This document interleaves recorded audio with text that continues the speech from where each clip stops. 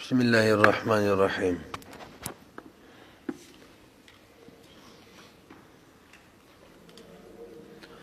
وأيضا مفعول مطلق لفعل محذوف قوله أيضا دغه تمر رسول وكان أيضا أي رجع رجوعا وفيه إشارة إلى أن هذه القسمة أيضا لمطلق المفرد لا للاسم وفيه بحث. وليس تاسو بلغ متوجه شي من شروع کې ویلیو کله چې فصل شروع کېدلو تعریف د دلالت توبه تقسیم اولی لفظی او غیر لفظی توبه تقسیم ثانوی د هر یو درې اقسام بیان کړیو د دلالت لفظیه وضعیه درې اقسام بیان کړیو مطابقی تضمنی او التزامی او ورسرم دا ویلیو التزامی کی لزومی ذهنی مراد ده کاغه عرفن ویو کا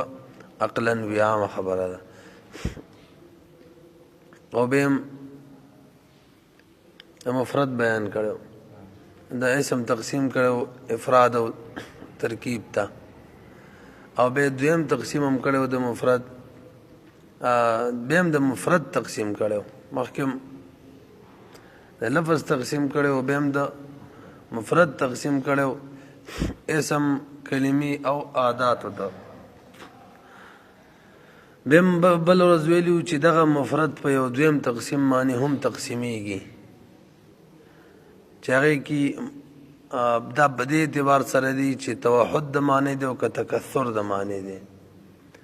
نو که چری متحد المعنی دا خبره په دوباره قرآن رشوی نه شي نو ورته کی دیکھا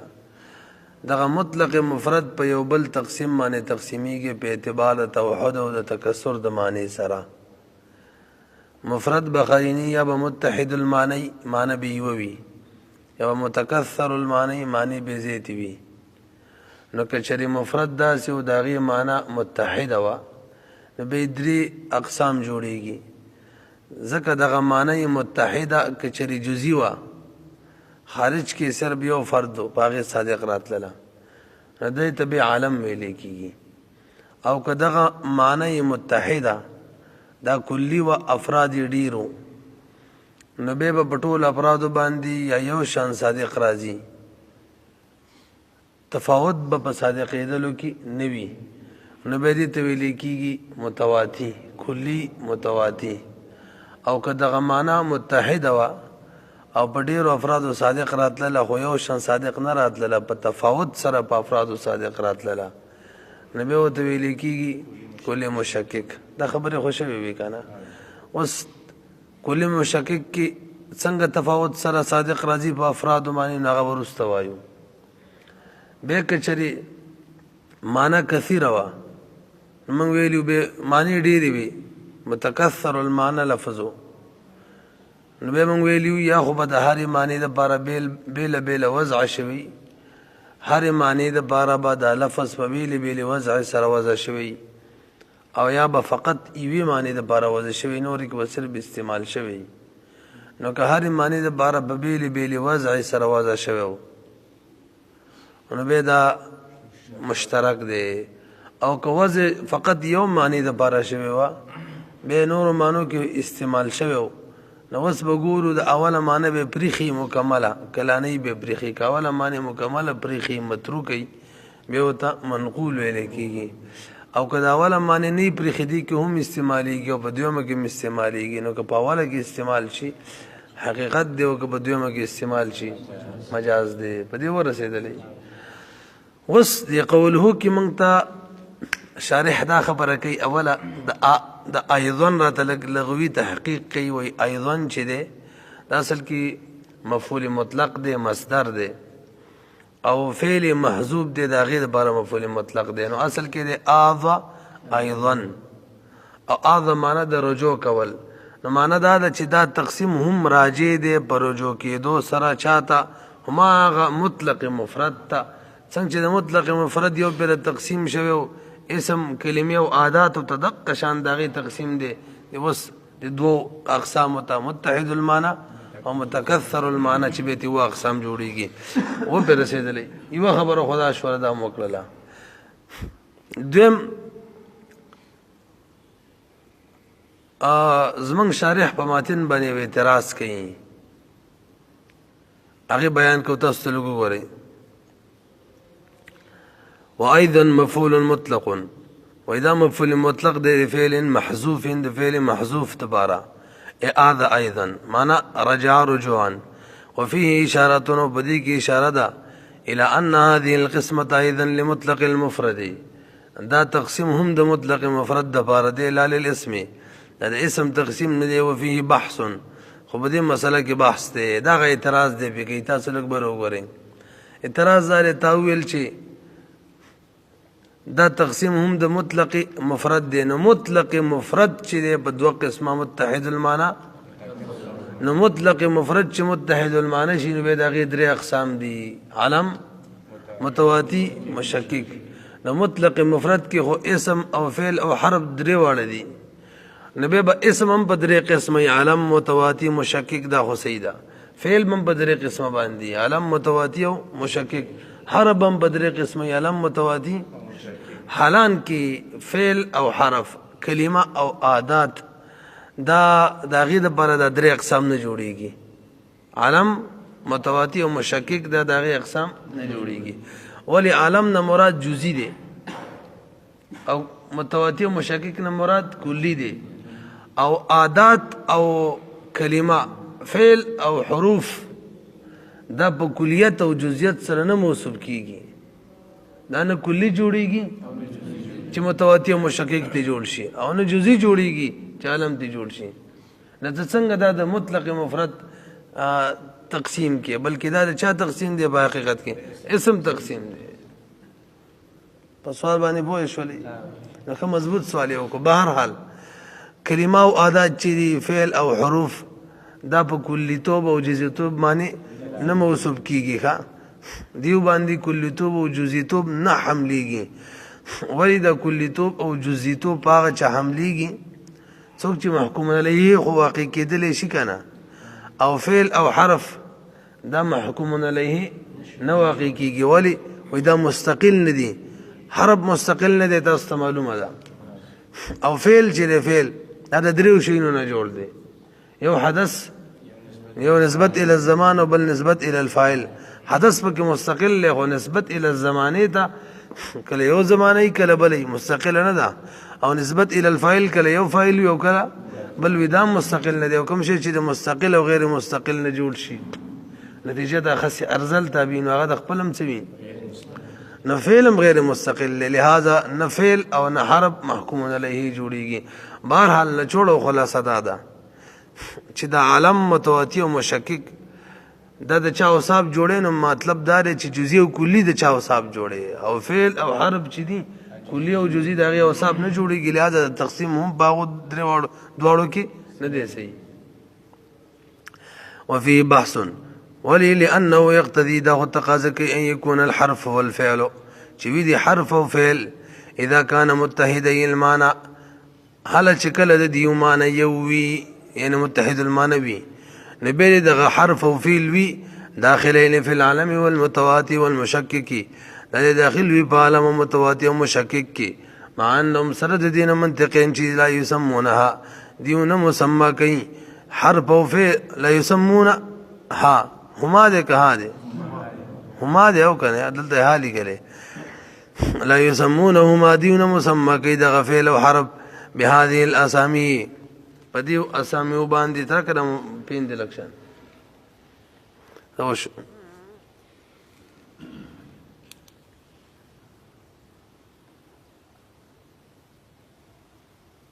صحیح بل قد حقق في موضعه بلکې محقق شوی دا په خپل ځای کې څه خبره ده چې ان معناهما لا يتصف بالكليه والجزئيه معنا د دې دواړو چې د نم متصف کیږي په کلیت او جزئیات سره تامل فيه تامل پکې وکا البته چاته جواب کړی دی مولوی صاحب تاسو لږ ورو غره نو که جواب یې وی لږ به پکې دا خبره ډیپ زونو نبی وک شي یو مطلق شي او یو شی مطلق دواړو کې فرق دی کا مطلق شی چې کنه هغه کې هیڅ قسمه شرط نه لګیدلې نه به شرط شی ان وی او نه بشرط لا شیء وي. اصل کې مطلق شی چې لا بشرط شیء وي کې شرط نه وي. مطلق مفرد مثال مطلق شی او یو شی مطلق مفرد مطلق دا بشرط شیء وي. مفرد دا سه مفرد مطلق چې مطلق وي مقید نه صفت به کې ولګېدو کنه. یو وی مطلق شی دا د کې څه صفت نه لګېدلې. مطلق شی لا بشرط شیء وي. او یو وی شی مطلق دا اصل کې موصوف صفت وي. شی داسې شی چې هغه قید لګېدلې د مطلق نه بشرط شیء شو شرط پکې ولګېدل. په دې خبره راسي کنه. نو دل دقه شان یو وی ها مخکې لاړ شي د خبره کې لګ نورم رسمي ویل یو مطلق شیء یعنی مطلق مفرد او یو شی مطلق اول لا بشرط شیء وي هغه بالکل مطلق وي او هغه عام وي هغه کې تخصیص کېدل شي. مطلق شی چې دا څه وي عام وي تخصیص پکې کېدل شي. او شی مطلق دې کې تخصیص نه کیږي ځکه دې کې قید د مطلق لګېدل کې ته پکې تخصیص کې نه خو د مطلق خلاف دی کنه. تخصیص څنګه کې مطلق تقاضا کوي تخصیص دې پکې نه وي او ته پکې به تخصیص کې دا خو تضاد پکې به راځي. بهرحال په مطلق شی کې تخصیص کیږي او په شی مطلق کې نه کیږي ځکه مطلق شی عام وي او شی مطلق هغه عام نه وي چې تخصیص دې پکې وشي. پیږي اوس راشي قاعده ووري مسله مطلق شی کې دا کار دی چې دا په ضمن د یو فرد کې هم موجوديږي. الکه زید ناس دی نو مطلق انسان ناس ته پر دا کافی ده. خیالم ده کنه سم ویل مطلق شی د پر کوم چې لا به شرط شیء وي هغه د یو فرد په ضمن کې د یو فرد چې موجود شي د په ضمن کې هم څه کیږي موجوديږي. دا خبره ذهن کې کېناستله. اوس راشي ولا یو مطلق مفرد دی یو مفرد مطلق دی. نو موږ جواب کې وایو دا تقسیم چې کو دا د مفرد مطلق نه کو چې تخصیص پکې ونه شي بلکې دا تقسیم موږ کو د مطلق مفرد او مطلق مفرد چې باقي کې تخصیص کېدل شي په ضمن دی یو فرد کې موجوديږي. نو مطلب بدا شي دا کوم تقسیم چې وش شروع دی دا فقط د اسم تقسیم دی خو ورسره د مطلق مفرد هم دی. هغه مطلق مفرد چې خاص شوی دی او په ضمن د اسم کې موجود دی هغه نو څه خبره ورانه نشوله ما خپل بوې بنشوري. د تقسیم د چام دی د مطلق مفرد هم دی خو په ضمن د چا کې موجود دی مطلق مفرد اسم کې فعل او حرف ته شو بار شو دغه اقسام نه دي دا. او یا وایي خلکو به اختلاف دی. بعض خلک په اسم او فعل کې د کلیت او جزئیات جایز غني ماتن هم دغه راي وا ځکه د ذکر کړی. مخکې راځي قوله ان اتحد اي وحد معناه چې متحد ایمانه معنی یو وي. ان اتحاد ترجمه به وحده سره وکړه دې څه مطلب دی تاسو لږ بر وګورئ. اصل کې اتحاد ویل کېږي هغه دو امرین په یو امر کې امر ثالث کې یو ځای کېدل. دو امرین په یو امر ثالث کې نو اتحاد دو امرین غواړي او عالم چې دی کنه هغه د دو امرینو منزه وي که فقط یو فرد وي. دلته احتمال لري تل خو چې دي کوم افراد دي ډیر امرین دي پکې ان اتحاد کې نو شارح هو ان اتحاد دلته په معنا د وحدت سره دی کا وحدت پکې دی دا نه د چې دو امرین بغواړي نو معنی فقط یو وي دا مطلب دی. فمع تشخصه قوله فمع تشخصه متن هم مخکې ویلو کنه نو متن کې فمع تشخصه راغلی دی. دې معنا د جزئیته تشخص معنی جزئیت سره وکړه دا ولي کوي ځکه تشخص چې کله یو معنی د فار وضع وي دا د عالم درې وړ اقسام ته شاملېږي. عالمي شخصي تم عالمي جنسي او عالمي نوعي درې وړو ته. حالن کې چې کله فرد یو وي هغه صرف او صرف په عالمي شخصي کې راځي هغه حالت چې جزئي وي. او عالمي نوعي او عالمي جنسي کې افراد ډیر وي. اگر مفهوم یو وي غلان دي افراد څه وي ډیر وي نو جزئی ویل هغه دواړه اعتبار کړه ځکه هغه عام کم عالم دی معرفه کم جزئی دی دغه عالم جنسی او عالم نوعی هغې نه نه دي ښه داسې به وایو د هغې نه دي ځکه اعتبار کړه قوله وضعا بحسب الوضع دون الاستعمال بره هو ان اتحد معناه فما تشخصه وضعا علم که تشخصي شوی د دغه متحد المعنى د وضع په اعتبار سره وضع فقط متن کې دي کنه په وضع کې تشخص وي صرف د استعمال تشخص نه یادو نو تاسو لږ بر وګورئ اصل کې اشیاء دوه قسم دي یو هغه چې هغه په وضع کې تشخص نه وي استعمال کې تشخص وي وضع عامي استعمال خاص وي او یو هغه شی وي چې وضع خاص وي استعمال هم وي خاص وي نو دلته چې زمونږ مراد دی فما تشخصه کې دا کوم د متحد المعنى اول قسم جوړو دا زمونږ هغه مراد دی چې وضع هم خاص وي او استعمال هم وي خاص وي فقط دا نه د کافي چې استعمال خاص دی د عالم د لپاره فقط دا نه د کافي د متحد المعنی د اول قسم د لپاره دا نه د کافي چې صرف او صرف استعمال خاص وي او وضع که عام هم خیر دی دغه ولا نه د کافي د هغې معنی دا وضعن قید ماتن ځکه لګولی دی فمع تشخص چې دی که تشخص وي وضعن د استعمال سره سره پکې تشخص وضعي هم وي صرف تشخص استعمالي نه دی مراده نو څه وایي بحسب الوضع پکې هم تشخص وي دون الاستعمال صرف دا نه چې استعمال کې تشخص وي او په وضع کې نه وي لأن ما يكون ځکه هغه شی يكون مدلوله لأن ما لکه هغه شی يكون مدلوله چې وي مدلول د هغې کليا فی الاصل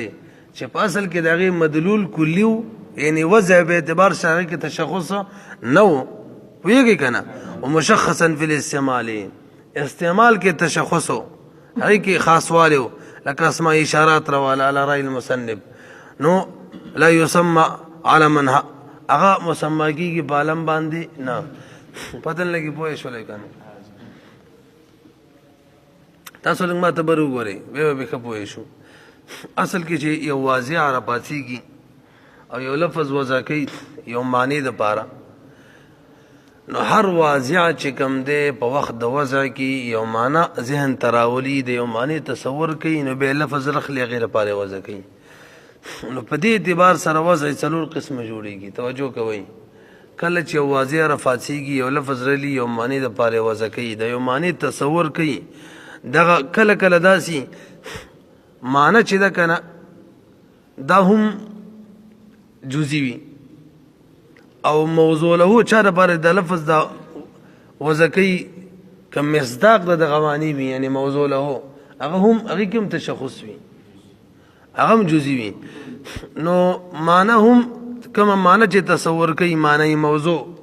هغې کې هم تشخص وي جزئی وي او چا دپاره چې وضع کوي موضوع له هغې کې هم تشخص وي هغه هم جزئی وي یو قسم دی دې ته بیا عالم ویلی کېږي زده شو که نه دویم هغه چې کله لفظ یو معنی دپاره وضع کوي دغه معنی چې د عامه کلي وي او چا دپاره چې وضع کوي موضوع له هغې تصور هم کې هم یو کلي دپاره وضع کړي نو تصور د معنی چې کله هغه هم عامه کلي او موضوع له هغه هم عام وي پوهېږئ که نه دا څو شو یعنې موضوع عامه وضع داسې وایه وضع عامه او موضوع له هم عام دریم نمبر کله کله داسې هم کوي واضح یو لفظ یو معنی دپاره وضع کوي دغه معنی چې د په وخت د وضع کې تصور د دې د یو مفهوم کلي وکړي خو موضوع له ورله خاص وګرځوي خیال هم دی که نه الټه شوه خبره مخکې وضع خاص و موضوع له هم خاص و بیا وضع عامه و موضوع له هم عام اوس موږ وایو وضع عامه وکړي یو مفهوم کلي تصور کې راولي هغې دپاره وضع کوي خو موضوع له چې هغه خاص وي نو وضع عام او موضوع له خاص اول مثال لکه زید دی او دویم مثال لکه انسان دی او د دریم مثال لکه اسماء اشارات او ضمایر دي وضع اسماء اشارات او د ضمائر د پاره عام شوی و مفهوم کلی خو به چې موضوع له نو موضوع له د اسماء اشارات او ضمائر هغه خاص وي هو کوم خاص مراد وي هدا کوم خاص مراد وي او څلورم نمبر وضع خاص وشي او موضوع له عام وي دا نشي کېدلی که داسې اسی فرضي خبرم پکې راویستله یو احتمال خو خارج کې دې څه افراد نشته څه مثال یې نشته دی خارج کې بهرحال ټول څو قسمه جوړ شو څلور توجه ده که نه نو زمونږ د ماتن مقصد دا دی د هغه مذهب دا دی رای دا ده چې په اسماء اشاراتو کې توجه جي او ضمایرو کې وضع عامه ده خو شرط پکې دا دی چې استعمال خاص خلکو دپاره کېږي نو وضع پکې کومه ده عامه ده استعمال خاصو کې دی او زمونږ د متحد المعنی چې کوم اول قسم دی عالم او جزئی هغه مراد د ماتن وي چې وضع هم خاص وي موضوع له چې د استعمال هم خاص وي فقط دا نه د کافي چې موضوع له دی خاص وي استعمال له خاص وي او وضع عام دا ولا کافي نه د لحاظ اسماء اشارات چې دی او ضمائر دا د متحد المعنی نه څه شو خالص شو بدل نه کې پوه شوي کنه ورسېدلې بي اوس وګورئ دغه ځای وضعا بحسب الوضع دون الاستعمال د وضع په اعتبار سره پکې تشخص وي وضع خاص وي دون الاستعمال نصر دون الاستعمال معنا نصر دا چې استعمال خاص وي اوس ورسېدلې بي لأن ما يكون مدلول ذکا شی چې داغه مدلول کلی وي یعنی وضع عامی رسی بي في الاصل په حقیقت کې ومشخصا في الاستعمال او مشخص في باستعمال کې یعنی موضوع له خاص وي وضع عام وي موضوع له خاص وي دغه شی چې لکه اسماء اشارات رواله پرای د مصنف باندې لا يسمى علما تعلم نه ویل کېږي علم بالي چې استعمال او وضع دواړه خاص وي وها هنا کلام آخر دلته بسلا بل کلام دی وای ګل د کدو ګل دی اجي سی باوري کنه ګل د کدو ګل دی کا لکه موږ دغه ځای باندې سم نه رسیږو دراب سی بل ګرانه خبره شروع کړله نو متوجه شی وته وها هنا کلام آخر وهو ان المراد بالمعنى في هذا التقسيم وليس دلته به شارح شه دی ماتن باندې یو اعتراض کوي تاسو لږ متوجه شئ ماتن توای ګورستا متن کې چې کوم کلام کړی دا ټیک نه دی تا ویلی دی ان اتحد معناه یو بیرس ویلی و ان کثر معناه ان اتحد کم ضمیر معنی تراجی دی یعنی فاعل معنی د داسې وایا او کثر کم فاعل چې دی هغه څوک دی معنی توجه کوئ خلک شن نو ان اتحد نستا څه مراد دی دراته وایا اول دا ځکه تمهید په تور باندې دا اعتراض په صحیح ولګي موږ دا ویل اسماء اشارات او ضمائر د وضع په اعتبار سره د کې تشخص نشته دی خاصواله نشته دی د دې وضع مفهوم کلی لشوي دا خبره مختی وکړه لکه البته استعمال د دې چې دی دا خاص دی دا خبره هم کړې و اوس متوجه شي معترض وای ماتنا دا شارح چې د اصل کې خپل معترض دی ماتن باندې اعتراض کوي ان اتحاد کې اتحاد نه کوم اتحاد مراد دی اتحاد وضعی مراد دی کنه اتحاد د استعمال مراد دی مستعمل فيه بمتحد وي نو کستا مراد اتحاد وضعی ان اتحاد معناه چې معنی وضعی حقیقی هغه کې اتحاد وي موضوع له کې اتحاد وي نو به درې اقسام دي وای دا غلطه ده موضوع له کې چې اتحاد وي هغه خو د حقیقت او مجاز کوم دالو بده هغه هم به متکسر المعنی نه دي ونه رسېدي اعتراض باندې ان اتحاد معناه کمعنی موضوع له دا متحد وي نو به درې اقسام دي علم متواتي او مشکک نو به خو حقیقت او مجاز تورشه التهم معنی موضوع له سوي متحد یو معنی د بار وځ شي صرف استعمال کلم حقیقت کی کلم مجاز کی استعمال کی به هغه شخصیت نه وي پاتې نشي په اتحاد به کې پاتې نشي لکه ان اتحادنا مراد وضعي اتحاد وینو به خو حقیقت او مجاز هم متکسر المعنی نه څه شو خارج شو هغه باندې په سوال پوه شولې توجه جی دویم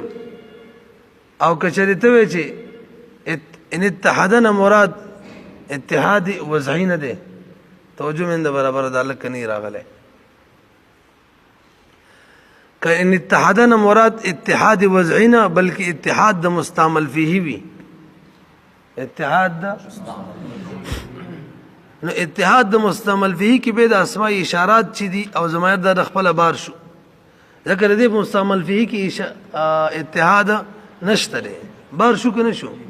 نو وزن قید سره ته ولې بار کې د خو مخ کې ویل چې وزن قید هم ځکه ولګولو چې دې سره څوک بار کو اسماء اشارات او زمایر ته بار کو وزن قید سره بار کو ځکه چې وضع کې دیو کې خصوص نشته تشخص نشته دی دا ویلو کنه نو هغه د خپل بار شو دوباره ولې بار کې خو نه ونه کوله کچ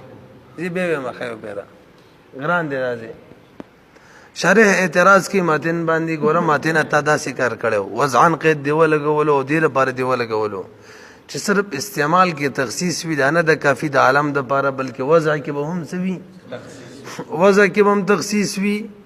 استعمال کې هم تخصیص وی نو اسماء اشارات بار شو وضع کې تخصیص نشته دی هغه بار کړه په کم قید سره بار کړه وضعن سره معترض وی راشه ته ان اتحاد ویل دی ان اتحاد کې چری اتحاد نه مراد اتحاد د موضوع له وی چې موضوع له وی څه وی خاص هغه واحد نو کدا سی وی نو به خو حقیقت او مجاز متکسر المعنی نشو شکل ته موضوع له څه وی خاص خیالم ده کنه حالان کتاب متکسر المعنی کې اشتری دي تا خو ول چې معنی یو وی موضوع له یو وی درې اقسام دي نو هغه دې کم ځای ته ورسول وي هغه موضوع له یو ده په سوال پوه شو او کنه ان اتحاد کې معنی موضوع له اتحاد نه یادې ان اتحاد المعنی نه مراد معنی نه مراد مستعمل فيه اخلي یعنی اتحاد د معنی وی یعنی اتحاد د مستعمل فيه وی نو اتحاد د مستعمل فيه خو باسمه اشارات کې نه وی هغه صرف استعمال کې خواغه غنو هر چر پر استعمالي خیر هم ده کنه نو تا چې څنګه ویل ان اتحاد چې کله متحد وي معناه معنی مستعمل فيه متحد وي اسماء اشارات خپل بار شو وزن قید سره سره بار کې پتہ لګي پوه شوې ورسې دی مخکې ځو کنه د اعتراض پکړې دی ښا نو وی وهنا كلام آخر وهو ان المراد بالمعنى مراد بمعنى صرف هذا التقسيم كين اتحد معناه كيدي اما الموضوع له يخب موضوع له مراد بتحقيقا يعني حقيقت کی موضوع له متحد دا کندا كمتحد د درې اقسام دي او به څه او مستعمل او مستسد کنه او مستعمل فيه اللفظ یا به څوک هغه څوک به مراد وي چې چا کې لفظ استعمال شوی دی چې هغه متحد وي سواء كان وزع اللفظ بإزائه تحقيقا چې وزع د لفظ دغه په مقابله کې تحقیقا شوی یعنی وزع کې هم خاص وي او یا تعویلا وزع کې خاص نه وي مجازن چې کوم دی تعویلا مطلب مجازن به کې تخصیص راغلی خیالم دې کنه نرازه فعل الاول کاول مراد شي موضوع له دا متحد وي تحقيقا کدا مطلب شي لا يصح ود الحقيقه والمجاز نسينا د اشمارل د حقیقت او د مجاز من اقسام متکثر المعنى ځکه الته په معنی کې اتحاد موضوع له په اعتبار سره نشته لري سم ویل مال تم شته لري ما الته سره اتحاد خپل تم شته لري خجي وعلى الثاني چې اتحاد تشتري هم متکسر المعنی نه نشو کنه وعلى الثاني او کدویم دی مراد شي یعنی معنی نه مراد مستعمل فيه اللفظ مراد شي چاکه چې لفظ استعمالي کې هغه متحد وي صحیح شو نو يدخل نو به خو کې داخليږي اسماء اشارات على مذهب المصنف پچا کې داخليږي في متکسر المعنى کې استعماليږي یعنی متهم ما څه ویلو خارج کې مې خبره کړې وه چې متحد المعنی نه خپله ووتل دا مې ویلي که نه وځان سره ایستلو ته ضرورت نه و داسې مې ویلي وو نو دا څه وایي په چا کې داخل شو نو بیا د متحد المعنی نه وتلو دپاره وزن قید ته ضرورت نه و مقصد د دواړو خبر یو شو که کومه چې ما وایي کړې وه یاد آی کوي دا څه وایي نو والسان یو کو دویم احتمال راواخلي یعنی مستعمل فيه لفظ کې اتحاد وي نو چونکې اسماء اشارات چې دي د هغو خو په مستعمل فيه کې اتحاد نه وي هغه په چا کې داخل شو متکثر المعنی کې نو الثاني يدخل داخليږي په مثل اسماء اشاراتو په مذهب د مصنف باندې په چا کې داخليږي فی متکثر المعنی کې متكثر المعنى ويخرج دا خارجيا افراد متحد المعنى فلا حاجه نشر في اخراجها چې دا من خارج کوم د دې په خارجولو کې احتیاج نشته چاته ال التقیدی قید ته بدی قول سره چې وضعن پوه نه شولې د دې جواب هم شته دی دا کومه قسم وکړله او مخکې سبق هم پاتې شو ان شاء الله بیا به سبا رمعات شو